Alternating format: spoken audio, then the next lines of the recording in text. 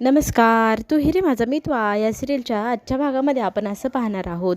इथे ज्या वेळेला अर्णव सगळं सत्य सांगण्याचा अंजलीला प्रयत्न करतो, ती मात्र कुठल्याही गोष्टीवर विश्वास ठेवायला तयार नसते आणि ती भावाला म्हणू लागते, तू मला माझ्या डोहाळे जेवणाच्या दिवशी चांगलंच गिफ्ट दिले. माझ्या नवऱ्यावर एवढे मोठे आरोप लावून तू माझा अपमान केला, माझ्या नवऱ्याचा अपमान केला आणि हा अपमान आयुष्यभर मी लक्षात ठेवेल आणि तोही माझ्या डोहाळे जेवणाच्या दिवशी दिला आहे म्हटल्यावर तो विसरायला होणारच नाही. अरे लोक काय काय गिफ्ट देतात, तू काय दिलं आहे मला गिफ्ट डोहाळ्या जेवणाच्या दिवशी? हे असं माझ्या नवऱ्यावरती खून, रेप असे काय काय आरोप तू लावले आणि ते मी आत्तापर्यंत ऐकत आले. दरवेळेला सोडून दे सोडून दे करत आले, पण ह्या वेळेला तू लावलेले आरोप खूपच गंभीर आहे आणि मी ते आयुष्यभर विसरू शकणार नाही.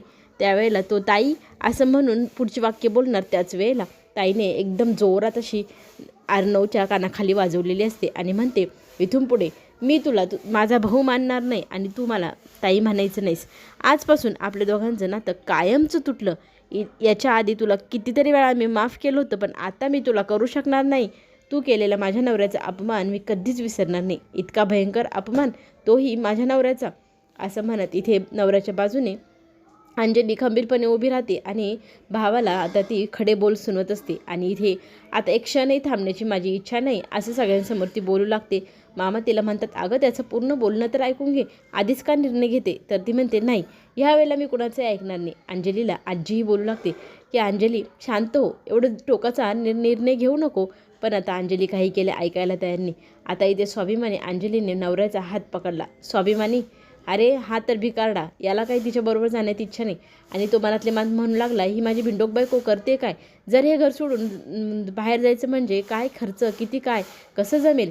इथे मात्र बायकोने तडकन हात पकडला. नवऱ्याला फराफरा ओढत दाराच्या दिशेने धावू लागते. तितक्यातच आपली ईश्वरी अर्णवला वाहनावर आणते आणि म्हणते, ताई निघाल्या. तर ताईच्या समोर जाऊन तो गुडघ्यावर बसून ताईचा पदर धरून बसलेला असतो आणि म्हणतो, आई तू मला सोडून जाणार नाही असं मला वचन दिलं होतंस ना? ताई तूच मला बोलली होती आपली आई सोडून गेली आहे, पण इथून पुढे तुझी आई मी आणि ताई ही दोन्हीही कामे मीच करणार. हे वाक्य तुझं तुला आठवतं ना? आणि आज तू मला सोडून निघाली आहेस, जाऊ नकोस ताई. असं म्हणत केविलवाण्या स्वरामध्ये इथे अर्णव ताईला आई म्हणून हाक मारतो आणि ह्या ताईचे पाय तिथेच खुटवले जातात आणि ती इमोशनल होऊ लागते. इकडे मात्र सगळा परिवार इमोशनल झालेला असतो. अर्णवची झालेली अवस्था आणि ताईचा स्वाभिमान हे सगळं पाहण्यासारखंच असतं. इथे मात्र आता ताईला शपथ घालू लागतो अर्णव, ताई तुला माझी शपथ आहे, आईची शपथ आहे, प्लीज मला सोडून कुठेही जाऊ नको. तू जर नसलीस तर मी ह्या जन्मात जगू तरी कसा? माझ्या या जन्मात माझी आई मला सोडून गेली आहे, पण मला तर माझ्या ताईने सोडून जाऊ नये एवढीच माझी इच्छा. आणि तू म्हणशील तसं करेल, हवं तर मी सगळ्यांची तुझ्या नवऱ्याचीही माफीही मागतो. असं म्हणत ताईच्या पदराला तो घट्ट पकडून ताईसमोर बसलेला असतो आणि आई म्हणून हाक मारल्यामुळे तिचेही पाय तिथेच खुटवले गेलेले असतात. आता त्या पदराला ती खाडकन ओढून घेते आणि म्हणू लागते, तुझ्या या आईच्या शक्तीमुळे मी इथे थांबत आहे, नाहीतर मला इथे थांबण्यात एक मिनिटही रस नाही आहे. मी फक्त आणि फक्त आईसाठी इथे राहणार, बाकी तुझं आणि माझं कसलंही नातं या घरामध्ये राहणारच नाही. अर्णव असं म्हणू लागतो की नाही ताई असं बोलू नको, तुझ्याशिवाय माझी या जगात आहे तरी कोण? तूच तर मला लहानचं मोठं केलं, आपल्या दोघांना एकमेकांशिवाय कोणीच नाही गं, असं करू नको. इथे मात्र ती आता म्हणू लागते, याच्या आधी तुझे कितीतरी अपराध मी पोटात घातले, दरवेळेला माझ्या नवऱ्याला तू काही ना काही बोलत राहिला, पण ह्या वेळेला मी काही केलं आता तुझं ऐकणार नाही आणि माफीची तर माझ्याकडनं अपेक्षाच करू नको. मी तुला माफ करेल, तुला मी कधीच माफ करणार नाही. अशा शब्दात एकदम रोखठोकपणे अंजली खाडखाड बोलू लागते. सगळेजण त्या दोघांमधला हा संवाद ऐकत असतात. कुणाला काय करावं, कुणाला समजवावं तेच समजेना. सगळेजण इमोशनल झालेले असतात आणि बघता बघता अंजली मग नवऱ्याला म्हणू लागते की आपण आता इथे राहायचे, पण फक्त आईच्या शब्देखातर आपण इथे राहणार, बाकी मला या घरात आणि ह्या अर्णवसोबत राहण्यात इंटरेस्टच नाही राहिलेला. असं म्हणत ती घरामध्ये तडातडा निघून जाते. तिच्यासमोर लगेच राकेशही डोळे पुसू लागतो. डोळ्यातले अश्रू पुसताना तो ईश्वरीकडे पाहत पाहत एकदम टुक्कारपणे हसू लागतो आणि कोणी नाही आजूबाजूला पाहत लगेच इशारा देतो अर्णव आणि ईश्वरीला आणि तिथून खोलीच्या दिशेने धावत सुटलेला असतो अंजलीच्या मागे मागे. आता अर्णव आणि ईश्वरी इमोशनल झालेले असतातच. ते दोघंजणं त्याच ठिकाणी बसून एकमेकांना समजवत रडत असतात. अर्णवला काय करावं ते सुचेना. देवाने अशी कशी वेळ आणली असं स्वतःला कोसू लागलेला असतो तो. अंजली मात्र आता कुणाचं काही ऐकायला तयार नाही. आजी तिची समजूत काढण्याचा प्रयत्न करते की बाळा तू असं करू नको, एवढ्या घाईगडबडीत निर्णय घेऊ नको, काय एवढी चिडचिड करून घेते स्वतःची. तरी त्या आजीला ती जोरात ओरडते की आजी तू मला समजवत आहेस, तुझ्या त्या नातवाला समजव ना. माझ्या नवऱ्यावर त्यांनी इतका मोठा आरोप लावला आणि आता माझ्याकडनं अपेक्षा करताय मी चांगलं बोलावं, गोड बोलावं, कसं शक्य आहे.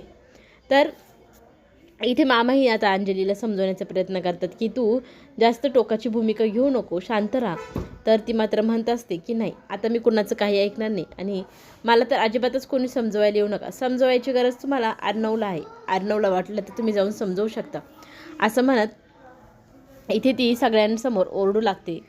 तिच्या मनातला राग ती व्यक्त करू लागते आणि चिंटूने माझ्या नवऱ्यावरती इतका मोठा आरोप लावला आहे, ही गोष्ट तर मला सहनच होत नाही आहे असंही म्हणू लागते. आता मामांना खरं तर असं झालं आहे की काय करावं, अंजलीला कोणत्या भाषेत सत्य सांगावं. अंजलीच्या डोळ्यावरती इतकी मोठी पट्टी बांधली नवऱ्याच्या प्रेमाची, नवरा आपला कधी चुकीचा वागूच शकत नाही आणि त्याच्यावरती असा खुनाचा आरोप, हा तर कितीतरी मोठा आरोप आहे, हा तर मी कसं सहन करू असं म्हणू लागते. आणि आता आजीला आणि सगळ्यांना ती सांगू लागते की माझ्याशी कोणी काहीही बोलू नका, समजवायची गरज तुम्हाला अर्णवला आहे आणि मला समजवण्याचा प्रयत्न अजिबात करू नका. मामा म्हणतात ठीक आहे, तुला ना थोडा वेळ शांत राहायची गरज आहे, खरंच तू थोडा वेळ शांत राहा, आम्ही बाहेर जातो असं म्हणत तो बाहेर जाऊ लागतो. आणि इथे अंजली रडू लागते आणि आपल्या पोटातल्या बाळाला पकडून घट्ट अशी मिठी मारत रडू लागते. अंजली आता रूममध्ये एकटीच बसलेली असते आणि इकडे आता अर्णवला समजवण्याचा प्रयत्न ईश्वरी करत असते की तुम्ही स्वतःला एवढा दोष देऊ नका, एवढं स्वतःचा संताप करून घेऊ नका, डोकं शांत ठेवा.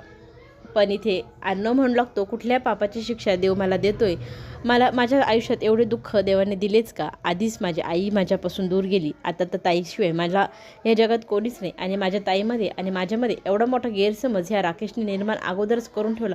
किती चालाक म्हणावं, त्याने पहिलेच सगळी तयारी करून ठेवली होती आणि आपण गाफील राहिलो. माझ्या आणि माझ्या ताईमध्ये भांडणं लावायला तो कसा पुढे आला, त्याला त्याची लायकी काय आहे हे ताईला कसं कळेल. त्याची एवढीशीही लायकी नाही की तिच्या शेजारी उभं राहण्याची. पण आज माझी ताई माझं काही ऐकून घेत नाही, त्याच्यामुळे त्याची एवढी फरमाईश वाढली आहे की तो माझ्याच घरात राहून माझ्या डोक्यावरती मिरे वाटत आहे.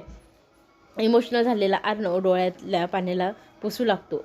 इकडे हॉलमध्ये आजी आणि घरातले सगळेजण बसलेले असतात. त्यावेळेला वल्लवी म्हणत असतं की घरातल्या जावयावरती एवढा मोठा आरोप अर्णवने लावायला नको होता.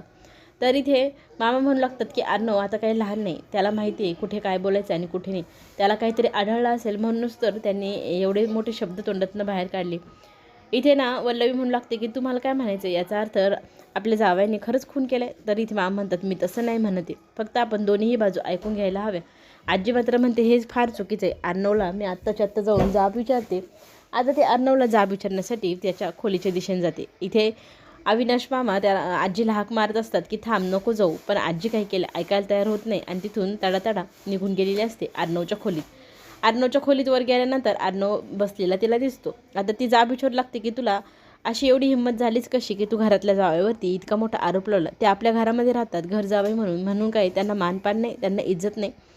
इथे अर्णव डोळे बंद करून बसलेला असतो आणि आजीला म्हणू लागतो की आजी मला आत्ता काहीही बोलण्याची इच्छा नाही. तर आजी म्हणू लागते का नाही, माझ्या प्रश्नांची उत्तर दे, तू एवढे मोठा टोकाचा निर्णय घेतलाच कसा, बोललाच कसं एवढी मोठी मोठी वाक्य तू. तर खरंच काय आहे, खरं माझ्यात ऐकण्याची ताकद आहे, तू मला सांग खरं काय आहे.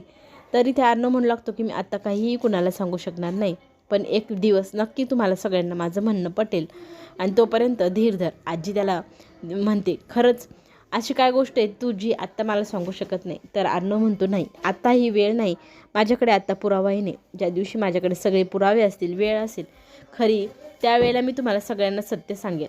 फक्त आजी तू आत्ता ह्या क्षणाला माझ्यावर चिडू नको, काहीच विचारू नको.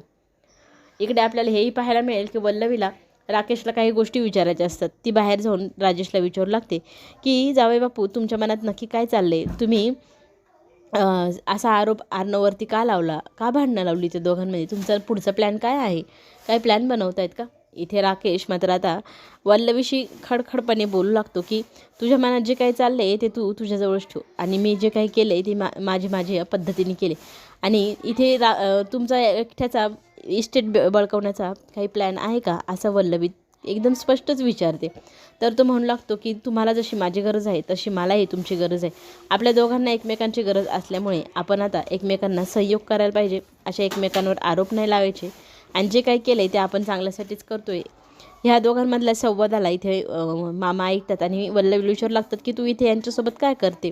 तर ती म्हणते मी फक्त इथे गार्डनमध्ये फिरत होते. तर राकेश सांगू लागतो त्यांचा मोबाईल घरामध्ये वाजत होता, तो देण्यासाठी मी त्यांच्याजवळ बाहेर आलो, बाकी विशेष काही नाही असं म्हणून तो घरात निघून जातो. पण मामांना जरा डाऊट असतो, हे दोघंजणं काहीतरी खलबत्ते तर शिजवत नसतील ना.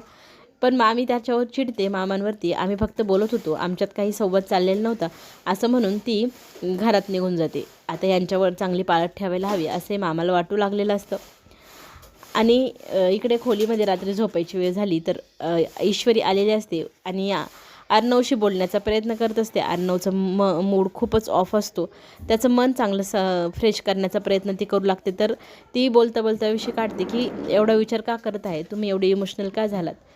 तर तो म्हणतो बघ ना, माझ्या ताईशिवाय माझ्या ह्या जगात कोणी नाही, ती नसेल तर मी कसा जगू, मला खचल्यासारखं व्हायला लागले असं म्हणत तो आता ईश्वरीच्या मांडीवरती डोकं ठेवतो आणि ईश्वरी आणि तो दोघंही रडत असतात. दोघांना आता पुढे काय करावं ते सुचेना. दोघंही एकाच पोझिशनला असतात. ती त्याच्या केसातनं हात फिरवत असते, त्याला शांत करत असते, पण त्याच्या डोळ्यासमोरून त्याच्या ताईचा चेहराच जाईना. त्याच्या ताईने त्याच्या कानाखाली वाजवली, तेही त्या राकेशसाठी ज्याची लायकी नाही अशा माणसासाठी. माझी ताई माझ्याशी पहिल्यांदा भांडली, माझ्याशी तिने नातं तोडले असं म्हणत म्हणत डोळे बंद करतो आणि त्याला झोप लागून जाते. झोपल्यानंतर त्याला काहीही माहितीच नसतं की राकेश नक्की काय करतोय. खरं तर राकेशने आता निर्णय घेतला आहे, माझी बावळट एवढी गाढ झोपेत झोपली ना, तर तिला असंच कायमचं झोपून द्यावा का. तिच्या दिशेने तो आता उठून बसतो आणि पाहता पाहता तो उशी उचलतो आणि त्या दुसऱ्या बाजूला जिथे अंजली झोपलेली असते तिच्या तोंडावरती ती उशी ठेवू लागतो. ठेवल्यानंतर ती जोरजोरात तडफडू लागते आणि नंतर तडफडता तिच्या हालचाली बंद होऊन जातात. अगदी ती जीव सोडून दिलाय अशा परिस्थितीत असते. आणि बघता बघता अर्णवला खाडकन जाग आली आणि जोरात तो ताई ताई म्हणत ओरडू लागला.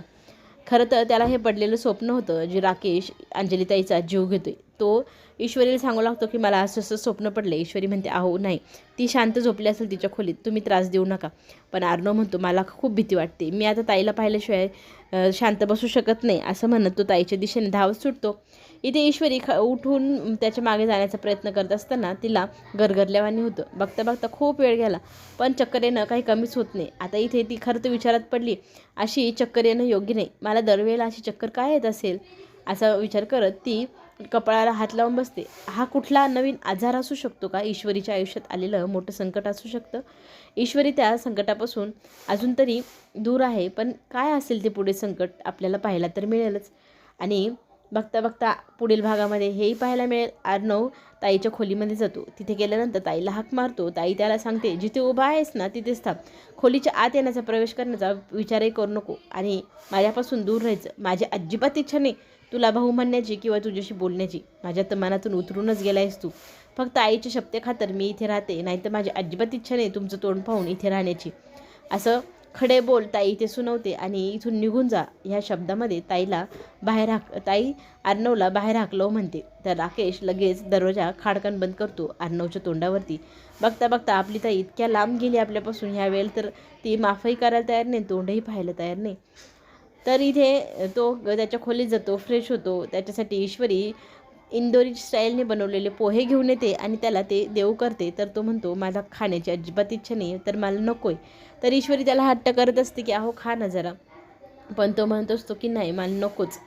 तर आपली ताई जेवत नाही तोपर्यंत आपण जेवणार नाही असं त्याचा हट्ट असल्यामुळे ईश्वरी मग ताईसाठी पोहे घेऊन तिच्या खोलीत जाते. तर ताई म्हणू लागते की हे पोहे उचल आणि इथून घेऊन जा. तर ईश्वरी म्हणते असं खाण्यावर राग काढू नका. मग अंजली जोरात म्हणू लागते खाण्यावर नाही काढायचा मग कोणावर काढायचा. तर ईश्वरी त्यांना म्हणते म्हणजे काय. आता अंजली चिडली तर ती म्हणू लागते मला काहीही खायचं प्यायचं नाही, अन्न पाणी या घरातलं काहीच नको, तू हे सगळं घेऊन जा. ईश्वरी समजवण्याचा प्रयत्न करते तर राकेश मध्येच बोलून उठतो, तू जे बोलते ना ते मला पटते. तर तो म्हणू लागतो की ठीक आहे हे अन्न मी बाहेर नेऊन फेकतो असं म्हणत तो ईश्वरीने ठेवलेलं पोह्यांची प्लेट उचलतो आणि बाहेर घेऊन जातो आणि ईश्वरीलाही अंजली रूममधनं बाहेर जायला सांगते. चला तर मग पुढे जे काही ट्विस्ट येईल ते काही आपल्याला पाहायला आवडणारच. तेव्हा चॅनलला लाईक करायला तुम्ही विसरतायत ते करा, सबस्क्राईब पण करा. आपण पुन्हा भेटूया नवीन एपिसोडसोबत.